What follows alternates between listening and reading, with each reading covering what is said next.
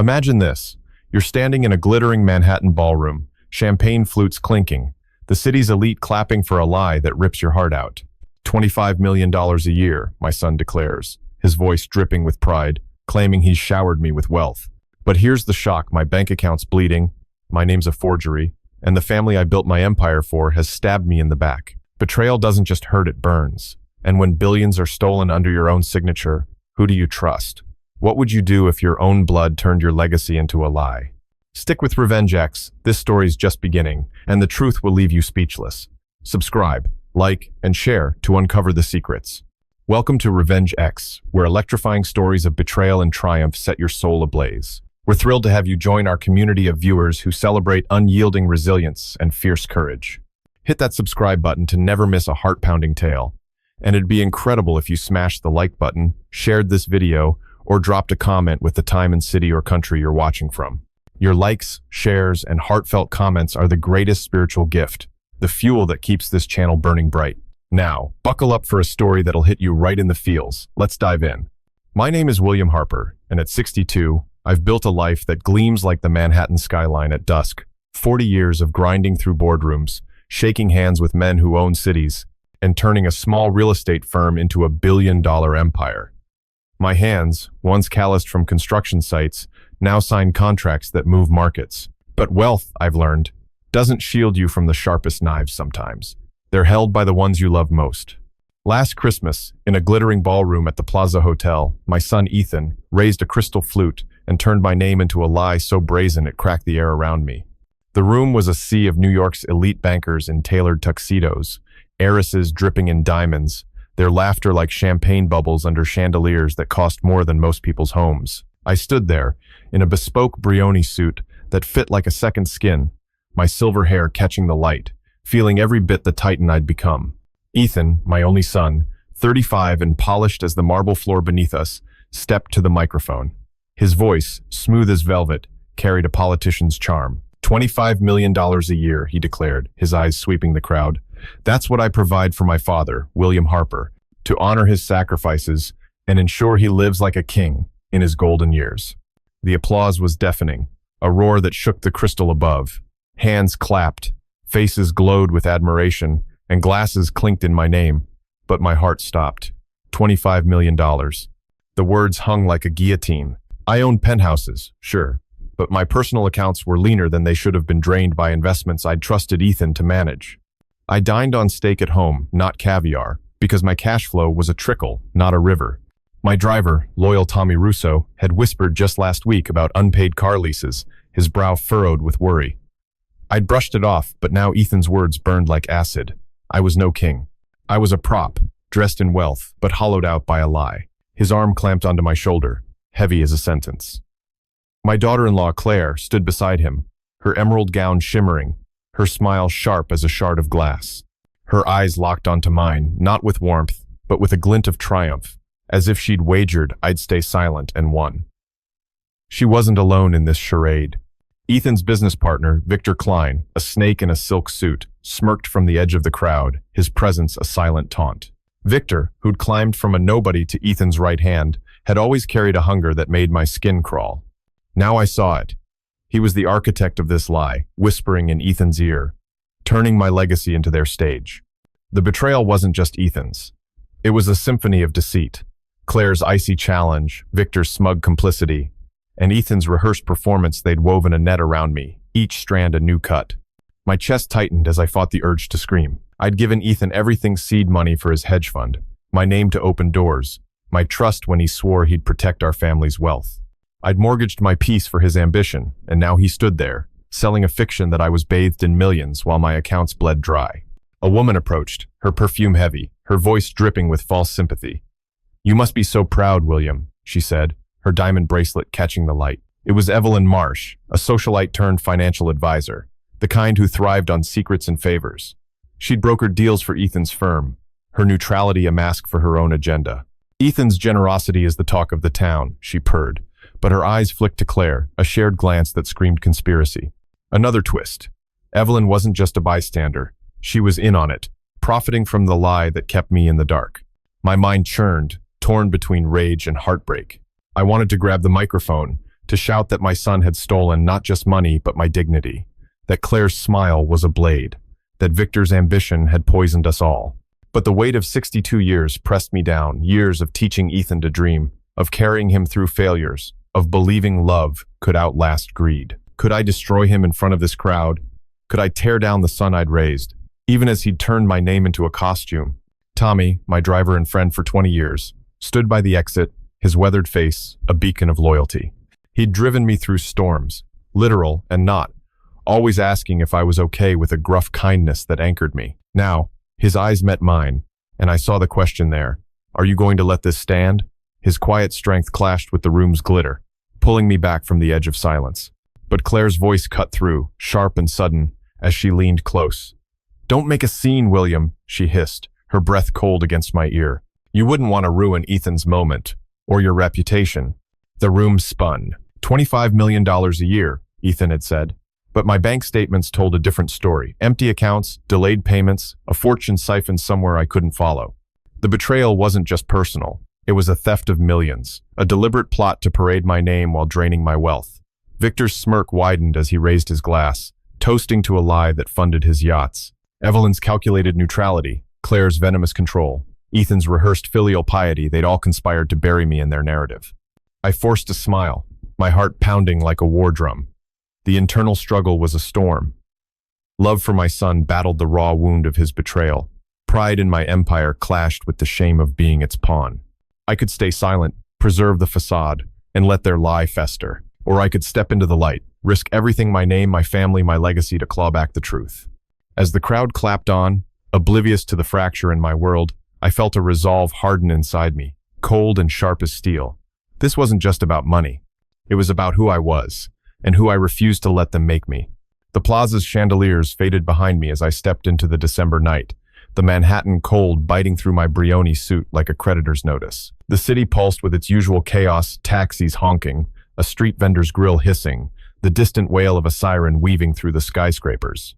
I stood on the sidewalk, my breath fogging in the air, each exhale carrying a piece of the betrayal that had just unfolded. Ethan's voice still echoed in my skull. $25 million a year, he'd said, painting me as a pampered patriarch while my accounts withered. Claire's triumphant smirk, Victor's oily grin, Evelyn's calculated nod, they were a chorus of deceit, each note sharper than the last. I'd built an empire for my son, poured my soul into his dreams, only to be reduced to a prop in their gilded theater. My heart thudded, torn between love and rage, as I grappled with the urge to storm back inside and shatter their lie with the truth.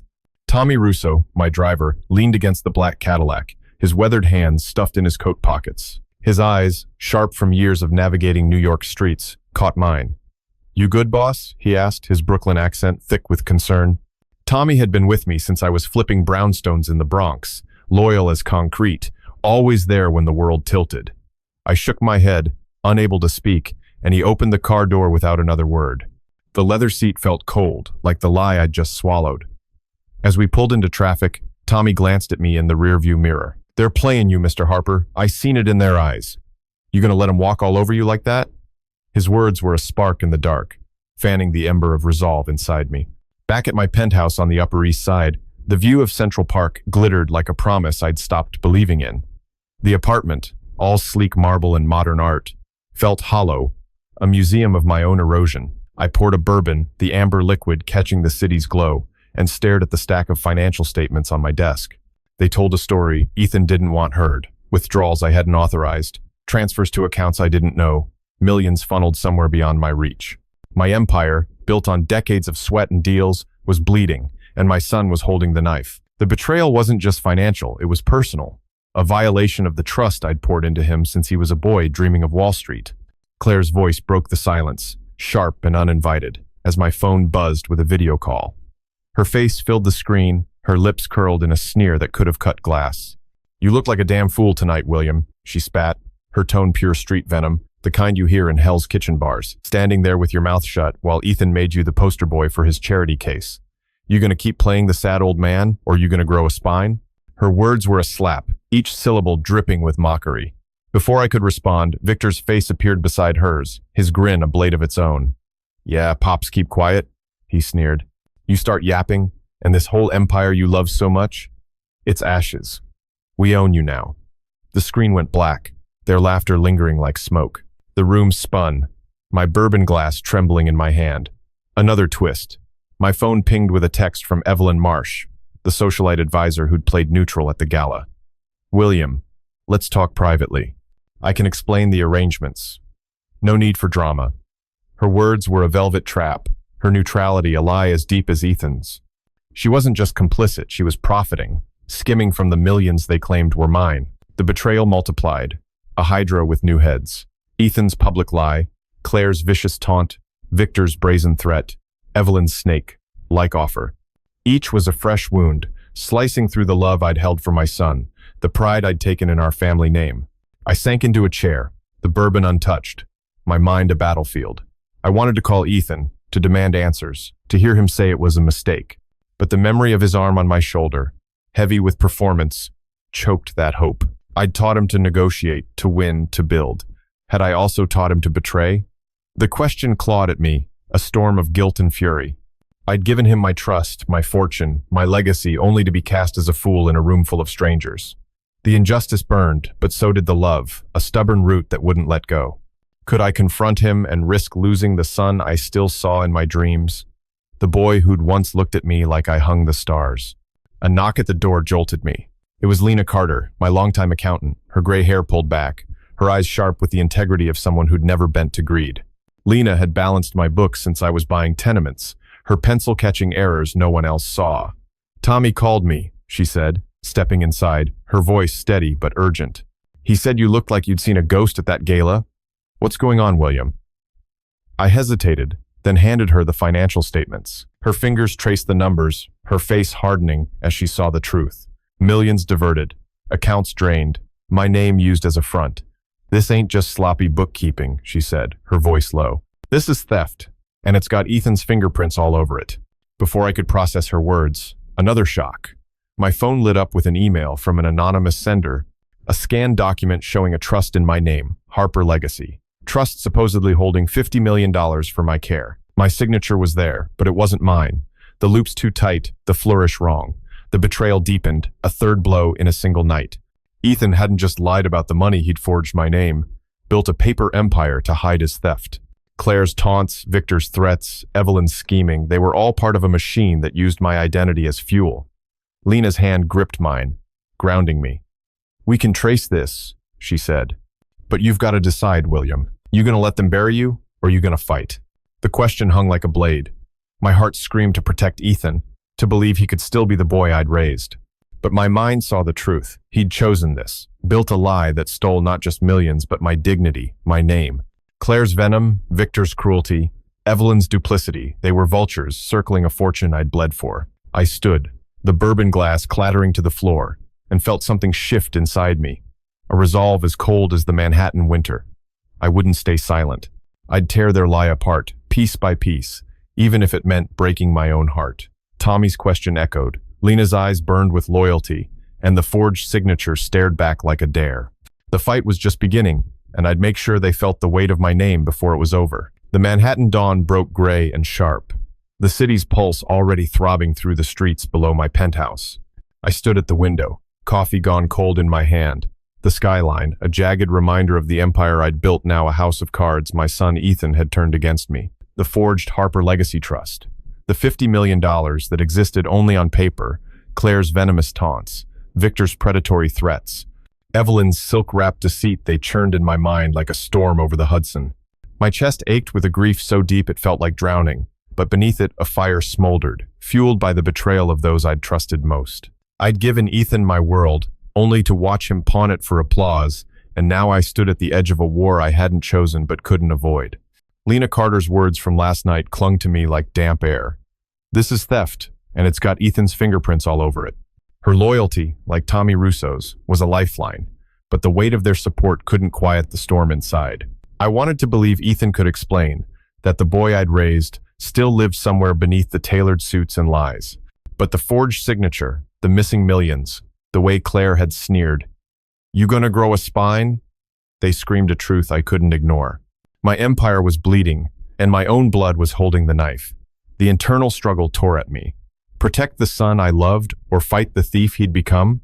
The answer wasn't clear, but silence was no longer an option. My phone buzzed, shattering the quiet. A text from Victor Klein, his words dripping with street-bred venom. "Yo, old man, you think you're slick poking around? Keep digging, and we'll bury you so deep even your fancy suits won't see daylight." The threat landed like a punch, raw and unfiltered, the kind of talk you hear in back alleys, not boardrooms. Before I could process it, another message hit, this one from Claire. "Stay in your lane, William. You're embarrassing yourself, acting like some broke-ass nobody when we made you look like a king." Her words were a blade, twisting the knife of betrayal deeper, mocking the wealth I'd built while they siphoned it away. The third shock came seconds later, an email from an unknown sender with a grainy photo of me at the gala, my face frozen in shock as Ethan spoke, captioned, "Smile, Harper. The world's watching." The anonymous jab felt like Evelyn's handiwork, her neutral mask slipping to reveal a puppeteer's glee. The tripled betrayal hit like a freight train. Victor's threat wasn't just personal, it hinted at a network, a machine that protected their lie at my expense. Claire's mockery wasn't just cruel, it was a dare, a challenge to stay quiet or lose everything. The photo, a public humiliation, suggested they'd weaponized my own image, turning my legacy into their billboard. My hands shook, not from fear, but from a rage so raw, it threatened to swallow me. I wanted to call Ethan, to scream, to demand why he'd sold my name for their gain. But the memory of his gala performance, his arm heavy on my shoulder, choked that impulse. Had I failed him as a father, taught him ambition without honor? Or was this his choice, a deliberate carving of my life to fund their empire? A knock at the door pulled me from the spiral. It was Marcus Tate, my old friend and former lawyer, his silver beard framing a face etched with the kind of integrity that never bent, even in Manhattan's Shark Tank. Marcus had fought beside me in the early days, drafting contracts when I was still buying lots in Brooklyn. "Tommy tipped me off," he said, his voice steady as granite. "Said you're in a fight you didn't see coming. Show me what you've got, William." I handed him the financial statements and the forged trust document, my voice catching as I described the gala, the lies, the threats. His eyes narrowed, scanning the papers. "This isn't just theft," he said, his tone sharp with disgust. "It's a damn heist. $50 million, funneled through shells, with your name as the front. They're not just robbing you, they're rewriting your life." Before I could respond, another shock. My doorman buzzed, his voice tight. "Mr. Harper, there's a guy down here, says he's from Klein's office. Wants to see you. Looks like trouble." My pulse spiked. I told him to send the man up, my gut screaming this was no coincidence.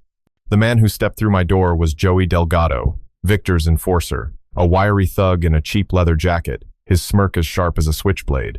"Boss says you're getting nosy, Harper," he sneered, his street drawl thick with contempt. "You want to play detective? We'll make sure you're counting pennies in a dumpster by next week."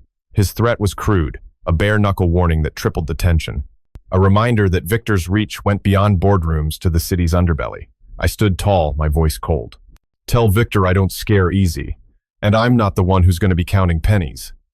Joey laughed, a jagged sound, and left, his boots echoing like a countdown.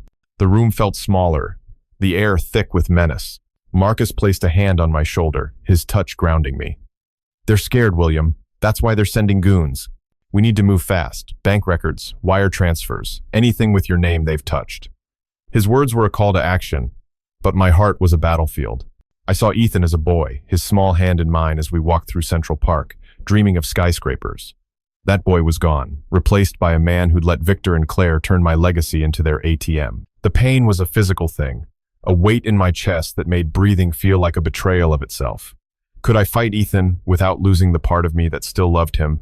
Could I expose their lie without shattering the family I'd built? Another twist. My phone lit up with a voicemail from Evelyn Marsh, her voice smooth as a Park Avenue penthouse. "William, let's meet for coffee. I can clear up this misunderstanding about the trust. No need to escalate." Her neutrality was a lie, a honeyed trap to keep me quiet while she pocketed her cut of the millions. The betrayal cut deeper, a fourth layer in a single morning.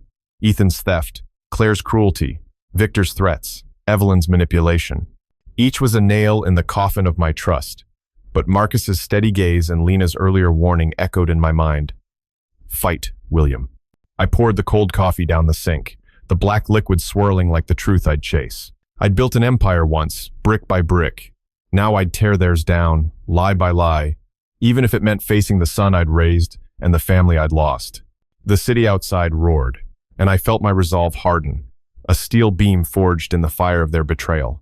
The Manhattan morning clung to me like a damp coat as I stepped onto the rooftop of my penthouse, the city's skyline stretching out like a map of my triumphs and betrayals. The wind carried the faint hum of traffic far below, but up here, it was just me, the cold concrete under my feet, and the weight of a truth I couldn't outrun. Ethan's lie about the $50 million, Claire's venomous taunts, Victor's street-bred threats, Joey's sneering visit, and Evelyn's honeyed deception, they swirled in my chest, a storm of betrayal that threatened to choke me. My empire, built on decades of grit, was being dismantled by my own son, and I stood at the edge of a decision. Let the lie fester or fight until the truth burned through. My heart ached with the ghost of Ethan's childhood laughter, but my resolve was hardening, a blade forged in the fire of their deceit. I gripped the railing, the metal cold against my palms, and tried to steady the war inside. I'd poured my life into Ethan, every deal, every dollar, every dream, only to see him turn my name into a costume for his ambition. The pain was a living thing, a claw in my chest that tore at the love I still carried for him. Could I unravel his lies without unraveling the father I'd been? The question was a splinter, lodged deep, and every thought of Claire's sneer or Victor's threats drove it deeper. I wanted to call Ethan, to hear him confess it was all a mistake. But the forged Harper legacy trust, the missing millions, told a story louder than any apology could. My phone buzzed, slicing through the quiet. It was a voice message from Claire, her tone sharp as a razor, pure New York street venom. "Listen up, you washed. Up has been," she hissed, her words dripping with contempt. "You think you can play hero? Keep pushing, and we'll make sure your fancy life's nothing but a cardboard box in the Bowery." The threat was a gut punch, her cruelty tripled in its raw edge, a reminder that she wasn't just Ethan's partner, she was a predator in her own right. Before I could catch my breath, another shock. A text from Joey Delgado, Victor's thug, with a photo of my Cadillac parked outside, Tommy's silhouette barely visible inside. "Nice ride, Harper. Shame if it ends up in the river." The message was a bare-knuckle warning, escalating the menace to a physical threat against my loyal driver. The third blow came seconds later, an email from Evelyn Marsh, her words cloaked in Park Avenue polish but reeking of betrayal. "William, I've spoken to Ethan. He's willing to settle this quietly if you meet us at the Four Seasons tomorrow. Let's avoid unnecessary pain." Her neutrality was a lie, a velvet glove over a fist that had already pocketed her share of the millions. The tripled betrayal, Claire's viciousness, Joey's intimidation, Evelyn's manipulation hit like a hailstorm, each strike a new wound. They weren't just stealing my fortune, they were rewriting my existence, turning my legacy into their leverage. My hands shook, not from fear, but from a fury so deep it felt like it could crack the skyline. I was about to turn back inside when a new figure stepped onto the rooftop, Rosa Alvarez, my housekeeper of 15 years. Her dark eyes fierce with the kind of loyalty that doesn't bend under pressure. Rosa had cleaned my home since I was flipping properties in Queens, her hands steady as she folded linens, and her heart steadier as she listened to my worries. "Mr. Harper," Tommy called me, she said, her voice thick with worry. "Said you're in trouble. I saw Claire's car outside this morning, idling like she was watching. What's happening?" I hesitated, then told her about the Gala lie, the forged trust, the threats. Her face hardened, her lips a tight line. "They're vultures," she said, "using your name like it's their ATM. You don't let that stand, Mr. Harper. You fight." Before I could respond, another shock. My phone lit up with a call from Victor Klein himself, his voice a low growl, all street swagger. "You're a dead man walking, Harper," he snarled. "Think you can dig into our books? We'll have you begging for scraps in Times Square before you blink." His words were a blade, crude and unapologetic, tripling the tension with their raw aggression. I stood frozen, the city spinning below, as he hung up, his laughter a jagged echo. The rooftop felt like a battlefield, the air thick with the weight of their collective betrayal. Claire's mockery, Joey's threat against Tommy, Evelyn's false olive branch, Victor's brazen attack. Each was a new layer of deceit, a conspiracy to bury me under their ambition. Rosa's hand touched my arm, grounding me. "You're not alone, Mr. Harper," she said, her voice a quiet fire. "I've seen their kind before. My cousin lost everything to people like them. You need to hit back, hard." Her words were a spark, but my heart was a furnace of conflicting flames. I saw Ethan at 10, his eyes wide as I showed him my first skyscraper deal, promising he'd inherit it all. That boy was gone, replaced by a man who'd let Claire, Victor, and Evelyn turn my empire into their playground. The pain was unbearable, a physical ache that made my knees buckle. Could I fight my son without losing the part of me that still saw him as mine? Could I expose their lies without becoming the kind of man who destroys his own blood? Another twist. A courier knocked at the penthouse door below, delivering a manila envelope with no return address. Rosa brought it up, her hands trembling as she handed it over. Inside was a single document, a bank statement for an offshore account in my name, showing transfers of $75 million to a shell company called Vantage Holdings. The signature authorizing it was mine, but wrong. The loops too sharp, a forgery so blatant it mocked me.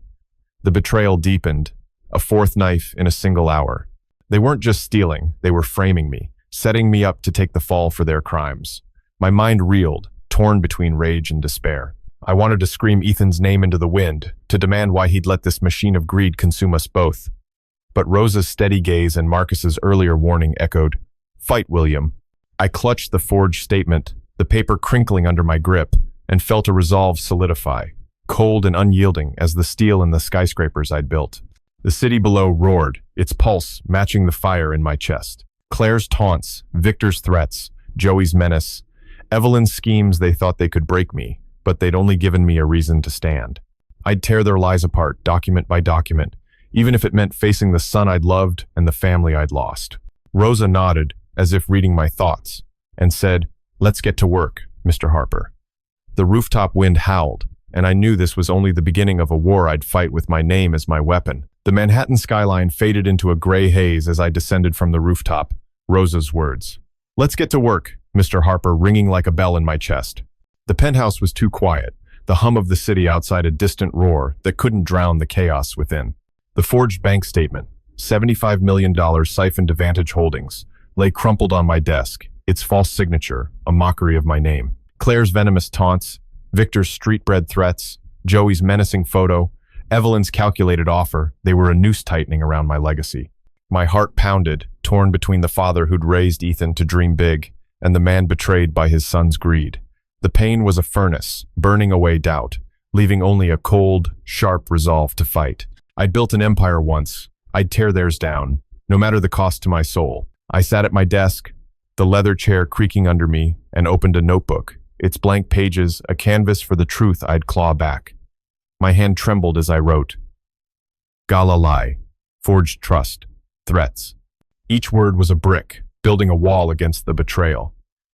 I saw Ethan at 16, his eyes bright as we toured my first high-rise, his voice promising to make me proud.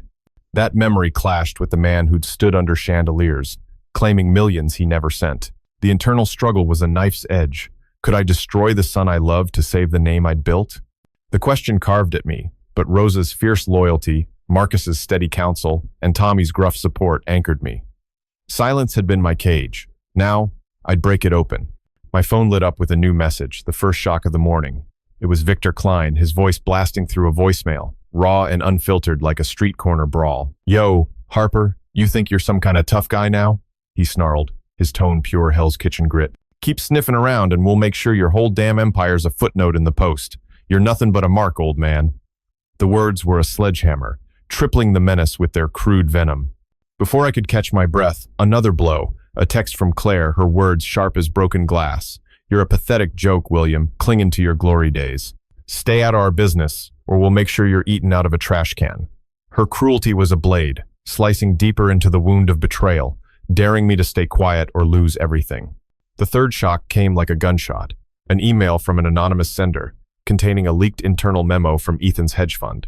It outlined a plan to leverage Harper's name for tax deductions, funneling $100 million through shell companies to secure investor confidence. My signature, forged again, was stamped across the bottom, the ink a lie that screamed their audacity. The betrayal multiplied Victor's threats, Claire's mockery, Evelyn's schemes, and now this memo, proof they'd turned my legacy into a tax dodge. My chest tightened, the air thick with rage and grief. I wanted to storm Ethan's office, to shove the memo in his face, and demand why he'd traded my name for their profit.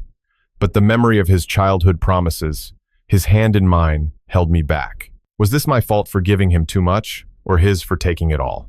Rosa's voice broke through, urgent and fierce, as she burst into the room, clutching a stack of mail she'd intercepted from the lobby. "Mr. Harper, you need to see this." she said, her eyes blazing with the kind of loyalty that cuts through fear. She handed me an envelope from Ethan's firm, marked confidential. Harper Legacy Trust Update. Inside was a letter claiming I'd approved transfers of $125 million to offshore accounts for estate planning. The signature was mine, but wrong again. The flourish too sharp. A forgery, so bold it laughed at me. Rosa's hands shook as she spoke. I saw Claire's assistant drop this off, smirking like she'd won something. They're not just stealing, they're setting you up to take the fall. Before I could process the letter, another shock. My doorman buzzed, his voice tight with panic. Mr. Harper, there's a woman here. Says she's from Marcia's office. She's pushy, won't leave. My pulse spiked. I told him to send her up, my gut screaming this was Evelyn's next move. The woman who stepped through my door was Nadia Price, Evelyn's assistant.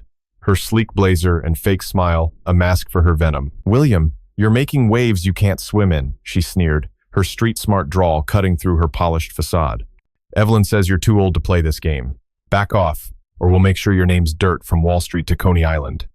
Her words were a bare-knuckle threat, tripling the tension with their raw aggression. A reminder that Evelyn's neutrality was a lie woven into their conspiracy.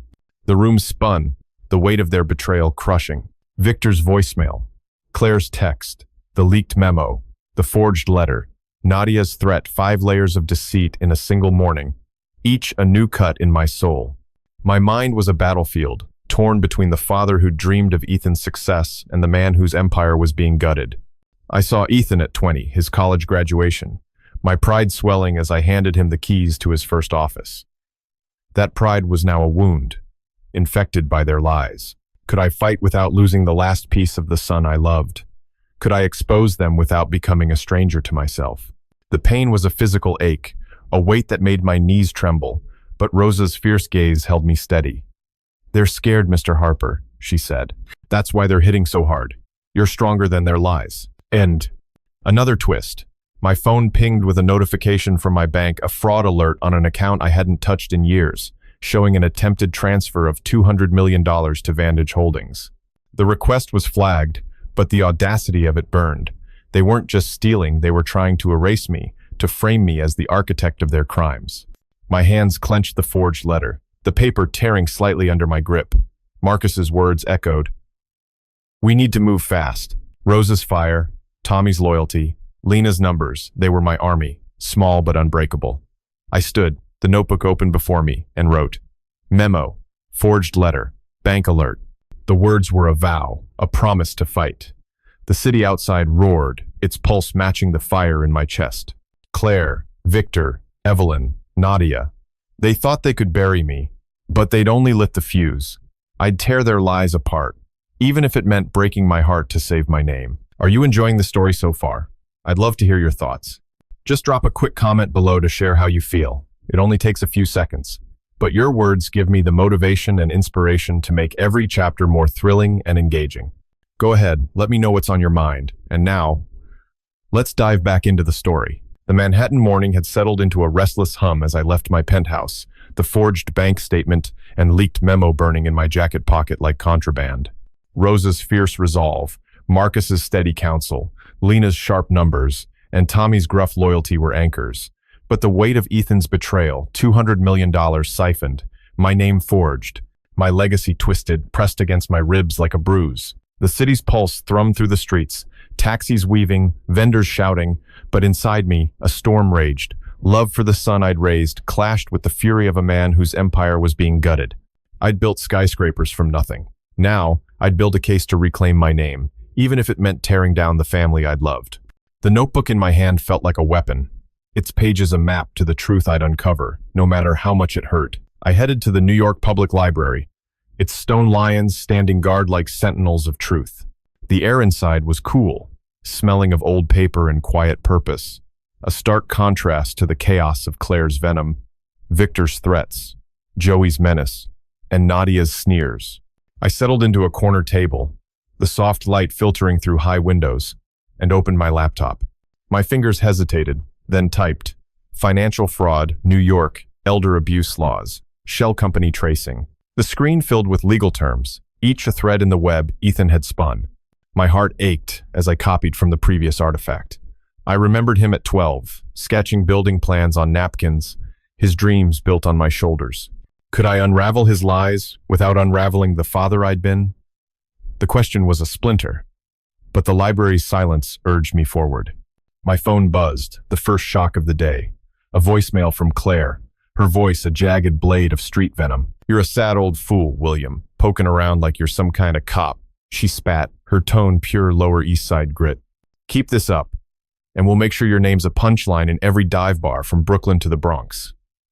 Her words were a gut punch, tripling the cruelty with their raw edge.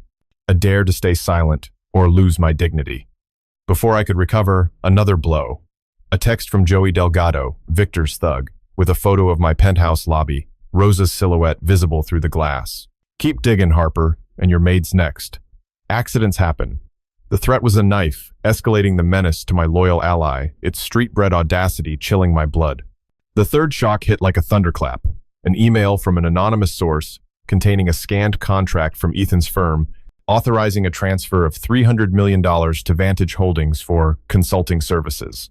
My signature, forged again, was scrawled at the bottom, the ink a lie that mocked my legacy. The betrayal deepened Claire's mockery, Joey's threat against Rosa, the contract's audacity, and Evelyn's silent complicity through Nadia. They weren't just stealing. They were framing me as a willing player in their scheme. My chest tightened, rage and grief colliding.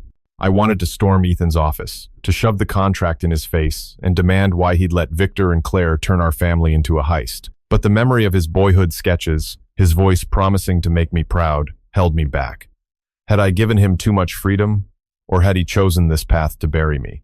A soft voice interrupted my spiral. "Mr. Harper?" It was Sarah Kim, a librarian who'd helped me years ago with property records, her glasses perched low, her eyes kind but sharp with the integrity of someone who valued truth over flash. "You look like you're carrying the world," she said, setting a stack of legal guides beside me. "Rosa called me. Said you're in a fight. Let me help." Her loyalty was a beacon, like Rosa's and Marcus's, grounding me in the storm. I showed her the contract, my voice cracking as I explained the Gala lie, the forged trust, the threats. Her face hardened, her fingers tracing the document. "This is fraud, Mr. Harper," she said. "And it's abuse if they're using your name to hide it. We can trace these shells, public records don't lie." Before I could respond, another shock. My phone vibrated with a call from Victor Klein, his voice a low growl, all street swagger. "You're a dead-end loser, Harper," he sneered. "Think you can outsmart us with your library books? We'll burn your whole world down, leave you crying in the gutter." His words were a sledgehammer, tripling the tension with their crude menace, a reminder of his reach into the city's underbelly. I stood frozen, the library's quiet amplifying the threat. "Victor," I said, my voice cold, "you'll need more than threats to stop me." He laughed, a jagged sound, and hung up, leaving the air thick with danger. The room felt smaller, the weight of their betrayal crushing. Claire's voicemail, Joey's photo, the forged contract, Victor's call, 4 layers of deceit in an hour, each a new wound in my soul. My mind was a battlefield, torn between the father who'd built Ethan's dreams and the man whose name was being weaponized. I saw Ethan at 18, his college acceptance letter in hand, my pride swelling as I promised to back his ambitions. That pride was now a scar, infected by their lies. Could I fight without losing the last piece of my son? Could I expose them without becoming a man I didn't recognize? The pain was a physical ache, a weight that made my hands tremble, but Sarah's steady gaze held me firm. "You're not alone," she said. "I've seen people lose everything to lies like this. You've got the truth, Mr. Harper. Use it." Another twist. A library printer whirred nearby. Spitting out a public record, Sarah had pulled a filing for Vantage Holdings, listing Ethan as a director and Claire as a beneficiary, with a transfer of $500 million tied to my name. The document was a bombshell, proof they'd built a shadow empire on my forged signature. The betrayal cut deeper, a fifth knife in the morning's onslaught. They weren't just stealing, they were rewriting my legacy to fund their greed, framing me as complicit. My heart screamed to confront Ethan, to demand why he'd let this machine consume us. But Sarah's voice cut through, calm and fierce. "This is your weapon, Mr. Harper. We'll find more bank records, filings, anything they've touched." I nodded, my notebook open, and wrote, "Contract. Vantage filing. Threats." The words were a vow, a promise to fight. The city outside roared, its pulse matching the fire in my chest. Claire, Victor, Joey, Nadia, Evelyn, they thought they could bury me, but they'd only ignited a war I'd win with the truth as my blade. The New York Public Library's quiet lingered in my bones as I left its stone embrace. Sarah's words. "This is your weapon," Mr. Harper fueling a fire that burned hotter than the Manhattan noon. The forged contract, the Vantage Holdings filing, Claire's venomous taunts, Victor's gutter threats, Joey's photo, and Nadia's sneers were a tidal wave of betrayal, each wave crashing harder against my resolve. $500 million, my name twisted into their scheme, was no longer just theft, it was a declaration of war on my legacy. My heart throbbed with the ache of Ethan's boyhood promises, but the man he'd become had forged my signature and sold my empire. The internal struggle clawed at me. Could I dismantle his lies without dismantling the father who'd once believed in him? The notebook in my pocket, heavy with truth, was my answer, a vow to fight, even if it broke me. I drove to Ethan's hedge fund office in Midtown, the glass tower gleaming like a blade under the sun.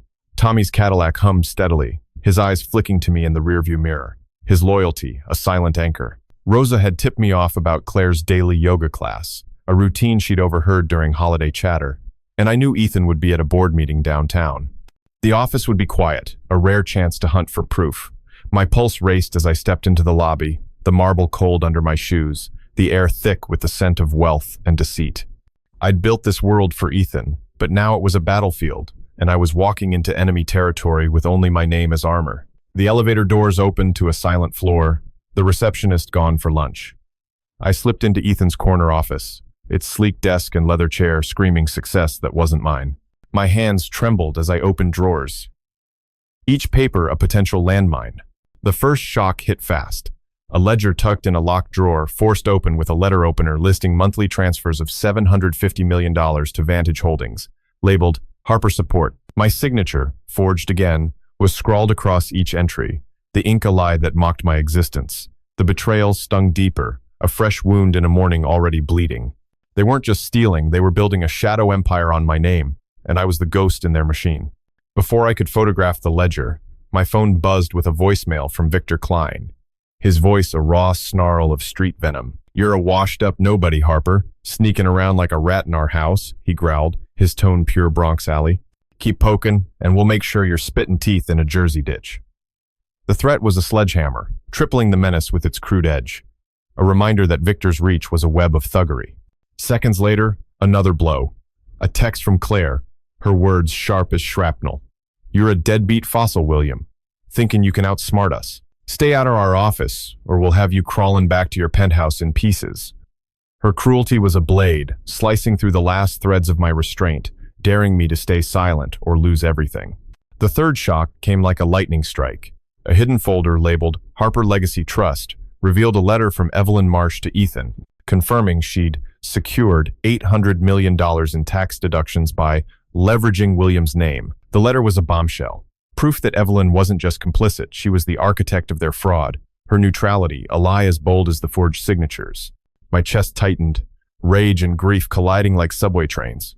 I wanted to storm Ethan's board meeting, to shove the ledger and letter in his face, to demand why he'd let Victor, Claire, and Evelyn turn our family into a heist. But the memory of him at 25, shaking my hand after his first deal, held me back. Had I taught him to win at any cost, or had he chosen to betray me? A soft knock broke the silence. It was Carla Mendez, Ethan's longtime assistant, her eyes wide with the quiet courage of someone who'd seen too much. Carla had typed my contracts in the early days, her loyalty rooted in years of shared coffee breaks and late-night filings. "Mr. Harper," Rosa called me, she whispered, glancing at the door. "I saw Claire shredding documents this morning. They know you're digging." Her voice trembled, but her gaze was steady. "I kept copies of what I could check to Vantage, not you. They're wrong, Mr. Harper. I'll help if you protect me." Her words were a lifeline, but the weight of her risk deepened my pain. I nodded, slipping her a burner phone number Marcus had given me. "We'll keep you safe," I said, my voice thick with gratitude. Before I could process her offer, another shock. The office phone rang and Nadia Price's voice cut through, her street-smart sneer dripping with venom. "You're a pathetic old man, Harper, rifling through our stuff like a dumpster diver," she hissed. "Evelyn says you're done your name's mud from Wall Street to Harlem if you don't back off." Her words were a bare-knuckle punch, tripling the tension with their raw aggression, a reminder that Evelyn's web extended through every corner of their scheme. I hung up, my hands shaking, and snapped photos of the ledger and letter. The cameras click a vow to fight. The room spun, the weight of their betrayal crushing Victor's threat, Claire's mockery, Evelyn's letter, Nadia's sneer, and the ledger's lies. 5 knives in a single hour. My mind was a battlefield, torn between the father who'd handed Ethan the keys to this office and the man whose name was being weaponized. I saw Ethan at 30, his first $1 million deal, my pride swelling as I toasted his future. That pride was now a wound, infected by their greed. Could I fight without losing the last piece of my son? Could I expose them without becoming a stranger to myself? The pain was a physical ache, a weight that made my knees buckle, but Carla's courage and Sarah's earlier words held me steady. "They're scared," Carla whispered. "That's why they're shredding." Another twist. A security alert buzzed on my phone. A surveillance camera in the office had been tripped, likely by my presence. A text from an unknown number followed. "Leave now, Harper, or we call the cops and say you broke in." The threat was a final blow, proof they were watching, framing me even here. My heart screamed to confront Ethan, to demand why he'd let this machine consume us. But Carla's trembling hands, clutching a USB drive with copied files, anchored me. "Take this," she said. "It's proof." I pocketed the drive, my notebook heavy with new entries. Ledger, Evelyn's letter, Carla's files. The city outside roared, its pulse matching the fire in my chest. Victor, Claire, Evelyn, Nadia, they thought they could bury me, but they'd only armed me. I'd tear their lies apart, even if it meant breaking my heart to save my name. The Midtown office's sterile glow faded behind me as I slipped back into Tommy's Cadillac, the USB drive from Carla burning a hole in my pocket alongside the photographed ledger and Evelyn's damning letter. The city's pulse throbbed through the streets, horns blaring, pedestrians weaving, but inside, my heart was a war zone. Ethan's betrayal, $800 million siphoned through Vantage Holdings. My name forged into their fraud cut deeper than any blade. Claire's venomous taunts, Victor's gutter threats, Joey's photo, Nadia's sneers, and Evelyn's calculated schemes were a relentless assault, each a new layer of deceit stripping away the father I'd been. My notebook, heavy with entries ledger, Evelyn's letter. Carla's files was my shield, but the pain of Ethan's choices was a weight I couldn't shake. Could I expose his lies without losing the son I'd loved? The question was a noose, tightening with every breath, but Rosa's fire, Marcus's counsel, Sarah's truth, and Carla's courage urged me to fight. I drove to a quiet diner in Hell's Kitchen, its neon sign flickering like a heartbeat, the smell of burnt coffee and grease grounding me in a world far from Ethan's glass towers. I needed to hear his voice, to test the lie against the truth. My hands trembled as I pulled out a small recorder, bought from a bodega for cash, its plastic warm from my grip. Texas might allow one-party recordings, but New York streets taught me to trust evidence over promises. I dialed Ethan's number, my pulse racing, the diner's jukebox, humming a Springsteen tune that felt like a lament for the boy I'd raised. The call connected, and his voice came through, clipped and cold. "Dad, I'm busy. What's this about?" I pressed record, the click silent but heavy, and spoke.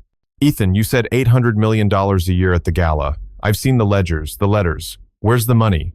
His silence was a blade, sharp and cold. Then he laughed, a hollow sound, and his voice turned street rough, a tone I'd never heard from him.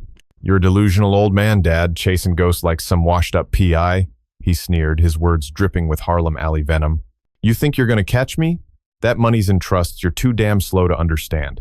Stay out of my way, or you'll be begging for scraps in the subway." The cruelty was a gut punch, tripling the betrayal with its raw edge, his voice a stranger's, not the son I'd raised. Before I could respond, another shock. A text from Victor Klein flashed on my screen. "Keep talking, Harper. We'll make sure your little recording's the last thing you do." The threat was a sledgehammer, proof they were watching, their web tighter than I'd feared. The third shock hit like a gunshot. My phone pinged with an email from an anonymous sender, containing a screenshot of a wire transfer $1 billion to an offshore account labeled Harper Estate. My signature, forged again, was scrawled across the approval. The loop's wrong, a lie so bold it mocked my existence. The betrayal deepened Ethan's venom, Victor's threat, the forged transfer, and Evelyn's silent hand through Nadia. They weren't just stealing, they were framing me for a crime that could bury me under federal scrutiny. My chest tightened, rage and grief colliding like a storm over the East River. I wanted to scream at Ethan, to demand why he'd let Claire and Victor turn our family into a heist. But the memory of him at 15, his eyes bright as we built a model skyscraper, held me back. Had I pushed him too hard, or had he chosen to betray me? A waitress, Ellie Parker, approached, her apron stained, her eyes kind but sharp with the wisdom of someone who'd served too many late-night stories. "You look like you're carrying a load, mister," she said, refilling my coffee with a steady hand. "I know that look. My brother got burned by family too. You need a friend?" Her loyalty was unexpected, a spark in the diner's dim light, echoing Rosa's fire and Carla's courage. I hesitated, then showed her the forged transfer, my voice cracking. "They're using my name to steal, Ellie, my own son." Her face hardened, her lips a tight line. "That's low, even for this city. You gotta fight, mister. I can get you a lawyer's number pro bono, good guy." Her offer was a lifeline, but the weight of Ethan's words, delusional, old man, deepened my pain. Before I could respond, another shock. A man slid into the booth across from me, his leather jacket reeking of cigarette smoke. It was Ray Cortez, Victor's fixer, his smirk as sharp as a switchblade. "You're a dumbass, Harper, playing detective in our backyard," he hissed, his street drawl thick with contempt. "Back off, or we'll make sure your fancy penthouse is a crime scene by morning." His threat was a bare-knuckle punch, tripling the tension with its raw menace, a reminder that Victor's reach extended to the city's darkest corners. I leaned forward, my voice cold. "Tell Victor I'm not scared of his dogs. I've got proof, and I'm coming for him." Ray laughed, a jagged sound, and left, his boots echoing like a warning shot. The diner spun, the weight of their betrayal crushing Ethan's venom, Victor's text, the forged transfer, Ray's sneer, and Evelyn's hidden hand. 5 knives in a single hour. My mind was a battlefield, torn between the father who'd built Ethan's dreams and the man whose name was being weaponized. I saw Ethan at 22, his first Wall Street job, my pride swelling as I toasted his future. That pride was now a wound, infected by their greed. Could I fight without losing the last piece of my son? Could I expose them without becoming a stranger to myself? The pain was a physical ache, a weight that made my hands tremble, but Ellie's kindness and Carla's files held me steady. "You're stronger than they think," Ellie said, slipping me a card with a lawyer's name. "Call him, Ement." Another twist. My phone buzzed with a notification from my bank, a second fraud alert. This time for a transfer of $1.5 billion to Vantage Holdings, flagged for suspicious activity. The audacity burned, proof they were escalating, framing me as the mastermind of their crimes. My heart screamed to confront Ethan, to demand why he'd let this machine consume us. But Ellie's steady gaze and the recorder's weight anchored me. I saved the recording, my notebook heavy with new entries. Ethan's call, Victor's text, forged transfer, Ray's threat. The city outside roared, its pulse matching the fire in my chest. Claire, Victor, Ray, Nadia, Evelyn, they thought they could bury me, but they'd only armed me. I'd tear their lies apart, even if it meant breaking my heart to save my name. The Hell's Kitchen diner's neon buzz faded as I stepped into the Manhattan dusk.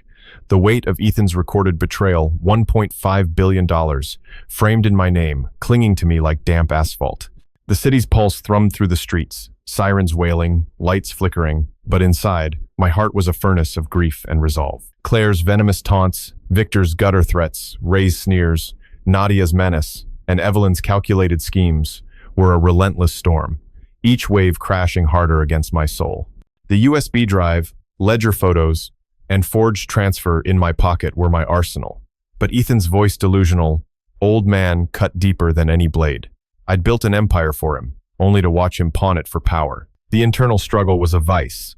Could I expose his lies without losing the father who'd once carried his dreams? Rosa's fire, Marcus's counsel, Sarah's truth, Carla's courage, and Ellie's kindness were my anchors, urging me to fight, even as my heart bled. I headed to a quiet Brooklyn coffee shop, its worn tables and steamed windows, a refuge from the city's chaos. The notebook in my hand was heavy with entries, Ethan's call, Victor's text, forged transfer, Ray's threat, each a vow to reclaim my name. I sat in a corner, the smell of roasted beans grounding me, and called Marcus, my voice low. "I've got more proof," I said, detailing the diner's shocks.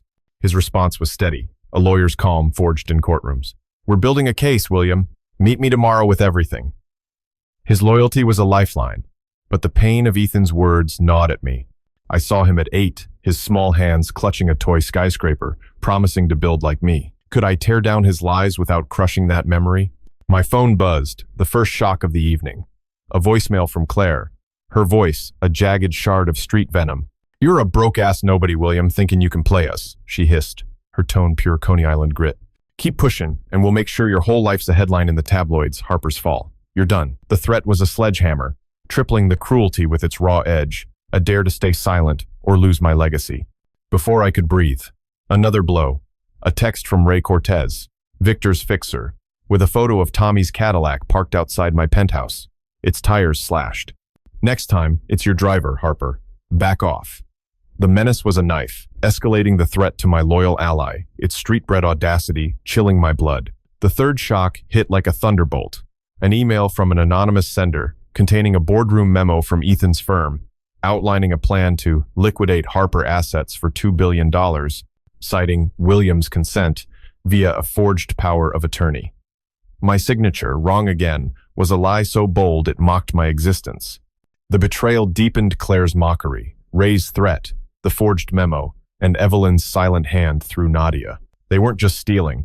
They were dismantling my empire to fund their greed, framing me as complicit. My chest tightened, rage and grief colliding like a storm over the Brooklyn Bridge. I wanted to storm Ethan's penthouse, to shove the memo in his face, to demand why he'd let Claire and Victor erase me. But the memory of him at 17, his first internship, my pride, swelling as I clapped his shoulder, held me back. Had I fueled his ambition too fiercely, or had he chosen this betrayal? A new voice broke through, warm but firm. "Mr. Harper?" It was Jamal Hayes, a former security guard from my early buildings, now a private investigator with eyes sharp as the city's edge. Jamal had watched my back when I was flipping lots in Bed-Stuy, his loyalty rooted in shared nights, guarding empty properties. "Ellie called me," he said, sliding into the booth, his coffee steaming. "Said you're in deep. I've seen this kind of scam family turning on family. Show me what you've got." His integrity was a beacon, echoing Rose's fire and Carla's courage. I handed him the forged memo, my voice cracking. "They're stealing everything, Jamal." My own son. His face hardened, his fingers tracing the document. "This is fraud, and it's personal. I can dig into Vantage offshore accounts, shell companies. But you gotta stay strong, mister." Harper, sick. Before I could respond, another shock. My phone vibrated with a call from Nadia Price, Evelyn's assistant, her street-smart sneer cutting through. "You're a sad old relic, Harper. Stirring up trouble like you're still somebody," she spat. "Evelyn says you're finished. Your name's gonna be trashed from Soho to Staten Island if you don't quit." Her words were a bare-knuckle punch, tripling the tension with their raw menace, a reminder of Evelyn's web. I hung up, my hands shaking, and sent Jamal the memo's photo, his nod a silent vow to fight. The coffee shop spun, the weight of their betrayal crushing Claire's voicemail, Ray's photo, the forged memo, Nadia's sneer, and Evelyn's hidden hand, 5 knives in a single hour. My mind was a battlefield, torn between the father who'd cheered Ethan's first deal and the man whose name was being weaponized. I saw Ethan at 28, his first million, my pride swelling as I toasted his future. That pride was now a wound, infected by their greed. Could I fight without losing the last piece of my son? Could I expose them without becoming a stranger to myself? The pain was a physical ache, a weight that made my knees tremble, but Jamal's steady gaze held me firm. "They're scared," he said. "That's why they're hitting so hard. We'll trace this money, William." And another twist. My phone buzzed with a notification from my lawyer's office, a whistleblower's tip, claiming Ethan's firm had bribed a bank official to approve transfers of $2.5 billion, all under my forged name. The tip was a bombshell, proof their scheme reached beyond family into institutional corruption. My heart screamed to confront Ethan, to demand why he'd let this machine consume us. But Jamal's voice cut through, calm and fierce. "This is your leverage, Mr. Harper. We'll find the official. Get records. You're not alone." I nodded, my notebook heavy with new entries. Claire's call, Ray's photo, forged memo, Nadia's threat, whistleblower tip. The city outside roared, its pulse matching the fire in my chest. Claire, Victor, Ray, Nadia, Evelyn, they thought they could bury me, but they'd only armed me. I'd tear their lies apart, even if it meant breaking my heart to save my name. The Brooklyn coffee shop's warmth lingered as I stepped into the Manhattan night. Jamal's words, "You're not alone," a steady pulse against the chaos of Ethan's betrayal. $2.5 billion, my name forged into their empire of lies, burned in my chest like a brand. Claire's venomous taunts, Victor's gutter threats, Ray's slash-tire photo, Nadia's sneers, and Evelyn's calculated schemes were a relentless onslaught, each a new wound, tearing at the father I'd been. The notebook in my pocket, Claire's call, Ray's photo, forged memo, Nadia's threat. Whistleblower tip was a war map, but Ethan's voice, calling me a delusional old man, was a wound that wouldn't heal. I'd built skyscrapers for him, only to watch him turn them into a stage for his deceit. The internal struggle was a crucible. Could I expose his lies without burning away the love I still carried? Rosa's fire, Marcus's counsel, Sarah's truth, Carla's courage, Ellie's kindness, and Jamal's resolve were my armor, pushing me to fight, even as my heart shattered. I returned to my penthouse, the city's skyline glittering like a false promise through the windows. The air smelled of polished wood and bourbon, but it couldn't mask the bitterness of betrayal. I opened my laptop, its screen a blank canvas for the truth I'd been too afraid to voice. The weight of $2.5 billion stolen, my name weaponized, demanded more than private battles, it demanded a public reckoning. My fingers hesitated, then typed a post titled, "The Stolen Name," pouring out the Gala's lie, the forged documents, the threats, in simple, raw sentences. I wrote of a son who'd claimed billions in my name while my accounts bled, of a family turned predator. The words were a blade, cutting through years of silence. I posted it on a local forum, my heart pounding, knowing this would light a fire I couldn't control. The first shock hit before I could close the laptop. A voicemail from Victor Klein, his voice a raw snarl of street venom. "You're a deadbeat clown, Harper. Airing our laundry like a snitch," he growled, his tone pure East Village grit. "Post that crap, and we'll make sure you're a laughingstock from Midtown to Mott Street." The threat was a sledgehammer, tripling the menace with its crude edge, a dare to stay silent or lose my dignity. Seconds later, another blow. A text from Claire, her words sharp as barbed wire. "You're a washed-up loser, William, spilling lies online like a wannabe hero. Keep it up, and we'll bury you in court, broke and forgotten." Her cruelty was a knife, slicing deeper into the wound of betrayal, mocking my fight as futile. The third shock came like a grenade. An anonymous email with a hacked security feed from my penthouse lobby, showing Nadia slipping a note under my door hours earlier. The note, now in my hand, read, "Stop posting, Harper, or we leak your tax evasion to the feds." The threat was a bombshell, proof they were framing me for their crimes, escalating their scheme to federal proportions. The betrayal deepened Victor's venom, Claire's mockery, Nadia's note, and Evelyn's silent hand orchestrating it all. They weren't just stealing. They were setting me up to take the fall for $3 billion in fraudulent transfers. My chest tightened, rage and grief colliding like a storm over the Hudson. I wanted to call Ethan to scream why he'd let Claire and Victor turn our legacy into a trap. But the memory of him at 10, his eyes wide at a construction site, held me back. Had I built him too high, or had he chosen to betray me? A knock at the door broke the silence. It was Lena Carter, my accountant, her gray hair pulled back, her eyes blazing with the integrity that had balanced my books for decades. "Jamal called me," she said, stepping inside, her voice steady but urgent. "Said you're going public. I pulled records. Vantage Holdings is tied to Claire's offshore accounts, not you. They're scared, William." Her loyalty was a beacon, echoing Rosa's fire and Ellie's kindness. I showed her the note, my voice cracking. "They're framing me, Lena. My own son." Her face hardened, her fingers clutching the note. "This is a setup, but we've got proof. I'll get you bank statements, clean ones. You're not alone."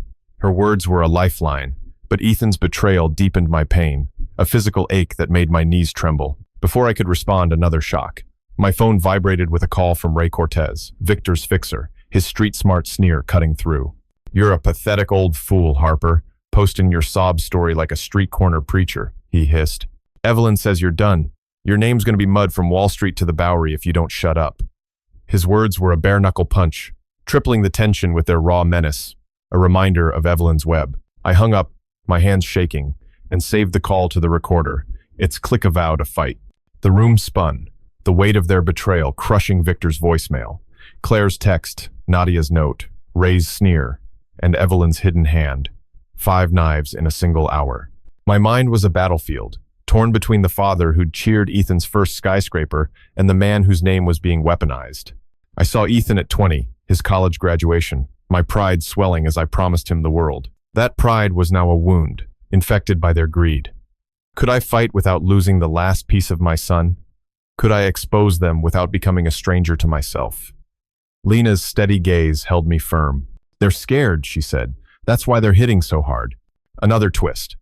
My phone buzzed with a notification, a viral retweet of my post, shared by a local news blog with thousands of followers. Comments flooded in, strangers sharing stories of family betrayal, stolen inheritances, names used as props. The chorus was a shock, proof my fight wasn't alone. But with it came a final blow. An email from a whistleblower, claiming Ethan's firm had bribed a federal agent to bury evidence of $3.5 billion in laundered funds, all under my name. The betrayal cut deeper, a sixth knife in the night's onslaught. My heart screamed to confront Ethan, to demand why he'd let this machine consume us. But Lena's voice cut through, calm and fierce. This is your army, William. Use it. I nodded, my notebook heavy with new entries. Victor's call. Claire's text. Nadia's note. Ray's threat. Viral post. Whistleblower tip. The city outside roared, its pulse matching the fire in my chest. Claire, Victor, Ray, Nadia, Evelyn, they thought they could bury me, but they'd only lit a public fire I'd fuel with truth. The Manhattan night's electric hum faded as I stepped into the courthouse, its marble halls cold and unyielding under the morning light. The viral post, $3.5 billion framed in my name, burned in my chest like a live wire. Claire's venomous taunts, Victor's gutter threats, Ray's slash-tire photo, Nadia's sneers, and Evelyn's calculated schemes were a storm that had followed me from the penthouse to this moment. My notebook, Victor's call. Claire's text, Nadia's note. Ray's threat. Viral post. Whistleblower tip was a war chest, but Ethan's betrayal, his voice sneering delusional old man, was a wound that bled with every step. I'd built an empire for him, only to watch him turn it into a prop for his greed. The internal struggle was a crucible. Could I face him in court without losing the father who'd once carried his dreams? Rosa's fire, Marcus's counsel, Sarah's truth, Carla's courage, Ellie's kindness, and Jamal's resolve were my shield, but the pain of Ethan's choices was a weight I couldn't shake. The courtroom loomed, its wooden benches and stern seal, a stage for truth or ruin. Marcus met me at the entrance, his silver beard catching the light, his eyes steady with a lawyer's fire. We've got everything, he said, clutching a folder of evidence ledgers, recordings, memos. The DA's ready. His loyalty was a beacon, but my heart churned as I saw Ethan's name on the docket.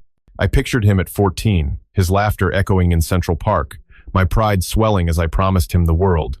Could I stand against him now, in this room, without breaking? The question was a splinter, but the weight of $3.5 billion stolen, my name forged, pushed me forward. The first shock hit as I sat in the gallery. A voicemail from Claire, her voice a jagged blade of street venom. You're a pathetic has-been, William. Dragging us to court like a snitch, she hissed, her tone pure Brooklyn grit. Keep this up, and we'll make sure you're a nobody in every bar from Hell's Kitchen to Hoboken. The threat was a sledgehammer, tripling the cruelty with its raw edge, a dare to stay silent or lose my legacy. Seconds later, another blow, a text from Ray Cortez, Victor's fixer, with a photo of my penthouse's front door, spray-painted with snitch. Keep talking, Harper. Your house is next. The menace was a knife, escalating the threat to my home, its street-bred audacity chilling my blood. The third shock came like a thunderclap, an anonymous email with a leaked deposition from Evelyn Marsh, admitting she'd advised Ethan to forge my name for $4 billion in tax deductions, claiming it was standard practice. The betrayal deepened Claire's mockery, Ray's vandalism, Evelyn's confession, and Victor's silent hand through Nadia. They weren't just stealing. They were framing me as complicit in a federal crime. My chest tightened, rage and grief colliding like a storm over the East River. I wanted to storm the courtroom, to shove the deposition in Ethan's face, to demand why he'd let Claire and Victor erase me. But the memory of him at 21, his first boardroom pitch, my pride swelling as I clapped his shoulder, held me back. Had I taught him to win at any cost, or had he chosen this betrayal? A new voice broke through, calm but fierce. Mr. Harper? It was Vanessa Reed, a prosecutor who'd worked with Marcus years ago, her dark eyes sharp with the integrity of someone who'd fought for justice in rooms like this. Jamal tipped me off, she said, sitting beside me, her briefcase heavy with evidence. Your post shook the city. We've got whistleblowers lining up. You're not alone. Her loyalty was a spark, echoing Rosa's fire and Lena's resolve. I showed her the deposition, my voice cracking. They're framing me, Vanessa. My own son. Her face hardened, her fingers clutching the email. This is fraud. and it's abuse. We'll nail them, William, but you've got to stay steady. Her words were a lifeline, but Ethan's betrayal deepened my pain, a physical ache that made my hands tremble. Before I could respond, another shock. My phone vibrated with a call from Nadia Price, Evelyn's assistant, her street-smart sneer cutting through. "You're a washed-up fool, Harper, thinking you can win in court," she spat. "Evelyn says you're done. Your name's going to be trashed from Tribeca to the Bronx if you testify." Her words were a bare-knuckle punch, tripling the tension with their raw menace, a reminder of Evelyn's web. I hung up, my hands shaking, and forwarded the call to Vanessa, her nod a silent vow to fight. The courtroom spun, the weight of their betrayal crushing Claire's voicemail, Ray's photo, Evelyn's deposition, Nadia's sneer, and Victor's hidden hand, 5 knives in a single hour. My mind was a battlefield, torn between the father who'd cheered Ethan's first deal and the man whose name was being weaponized. I saw Ethan at 25, his first million, my pride swelling as I toasted his future. That pride was now a wound, infected by their greed. Could I testify without losing the last piece of my son? Could I expose them without becoming a stranger to myself? Vanessa's steady gaze held me firm. "They're scared," she said.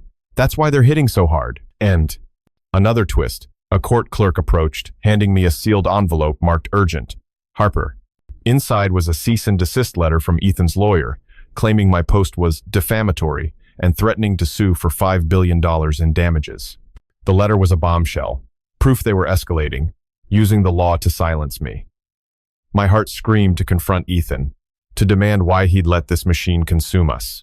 But Vanessa's voice cut through, calm and fierce. "This is a bluff, William. We've got the evidence recordings, memos, depositions. You're the victim, not the villain." I nodded, my notebook heavy with new entries. Claire's call, Ray's photo, Evelyn's deposition, Nadia's threat, cease and desist letter. The courtroom's hum matched the fire in my chest. Claire, Victor, Ray, Nadia, Evelyn. They thought they could bury me, but they'd only armed me. I'd face Ethan in court, even if it meant breaking my heart to save my name. The courthouse's marble chill clung to me as I stepped out into the Manhattan spring, the weight of the trial's verdict still settling like dust after a storm. $5 billion framed in my name, my empire twisted into Ethan's lie, burned in my chest like a fading ember.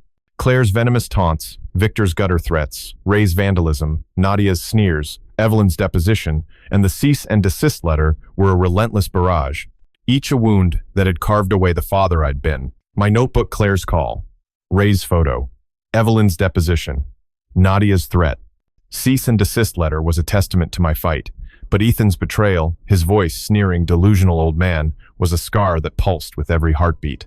I'd built skyscrapers for him, only to watch him turn them into a prop for his greed. The internal struggle was a furnace. Could I reclaim my name without losing the love I still carried for my son? Rosa's fire, Marcus's counsel, Sarah's truth, Carla's courage, Ellie's kindness, Jamal's resolve, and Vanessa's justice were my anchors, but the pain of Ethan's choices was a weight I'd carry forever. The verdict had landed like a gavel's echo. Guilty on all counts, elder financial abuse, tax fraud, forgery, conspiracy. Ethan faced 20 years, Claire 25. Her planning deemed the backbone of their scheme. Victor, Ray, and Nadia were indicted as accomplices, their web unraveling under Vanessa's relentless evidence. Evelyn, exposed by her own deposition, settled out of court, her neutrality a lie that crumbled. The courtroom had been a battlefield, my testimony a blade cutting through their lies. But as I stood on the courthouse steps, the spring breeze carrying the scent of blooming Central Park, I felt no triumph, only a hollow ache. I saw Ethan at 12, his eyes wide as we walked through my first high-rise, his dreams my pride. Could I have saved him from this path, or had he chosen to betray me? The question was a splinter, but the verdict was my shield, a hard-won truth that set my name free. The first shock hit as I reached my Cadillac, Tommy waiting with a steady gaze, a voicemail from Claire, her voice a jagged shard of street venom.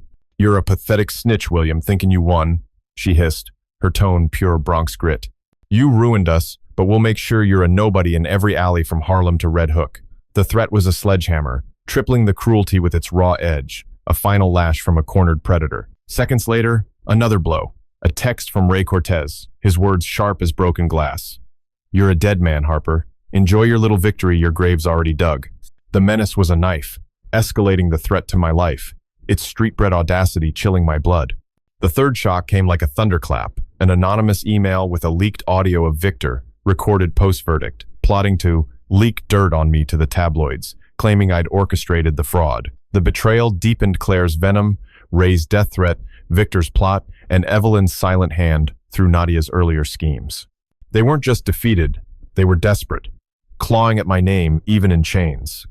My chest tightened, rage and grief colliding like a storm over the Hudson. I wanted to confront Ethan, to demand why he'd let Claire and Victor erase me.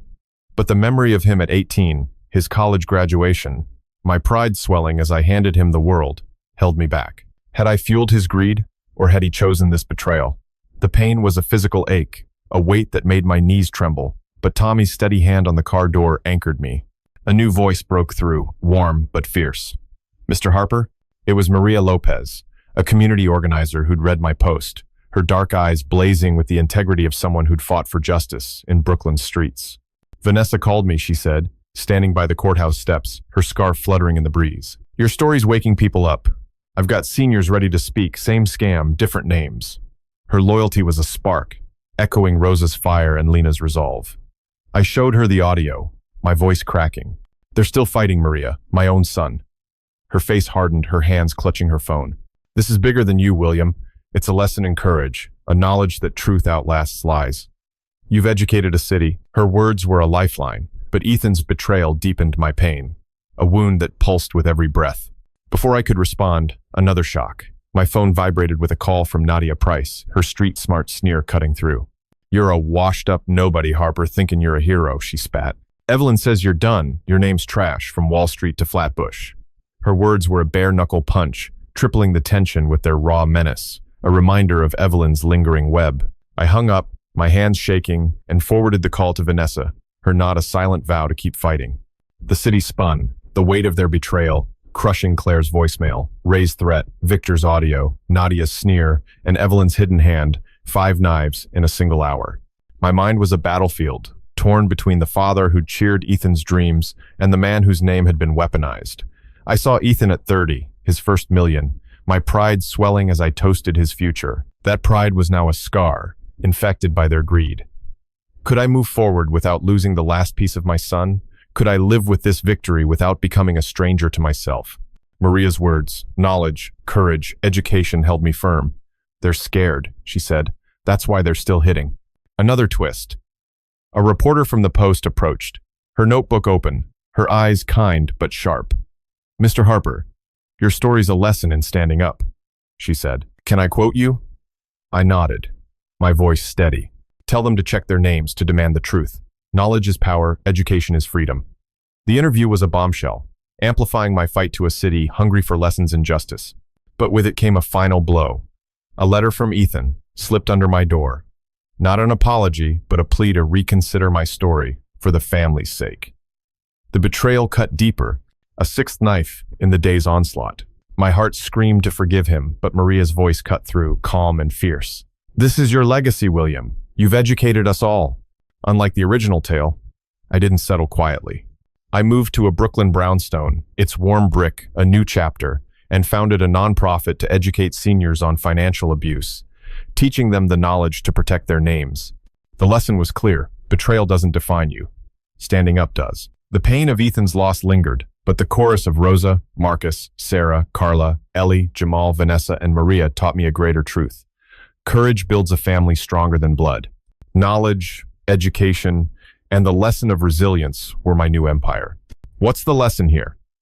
Check your accounts, guard your name, and never let shame silence you. Knowledge is your shield, education your sword. If this story moved you, hit that subscribe button on RevengeX on YouTube for more gripping tales daily. Share how this hits you. Does it echo your life? Drop a comment. We want to hear the lessons in your heart. Like, share, and let's keep spreading knowledge. Wishing you all health, joy, and peace every day. Health in body, health in spirit. Stay strong, stay educated. Goodbye, and see you in the next video. Health awaits us.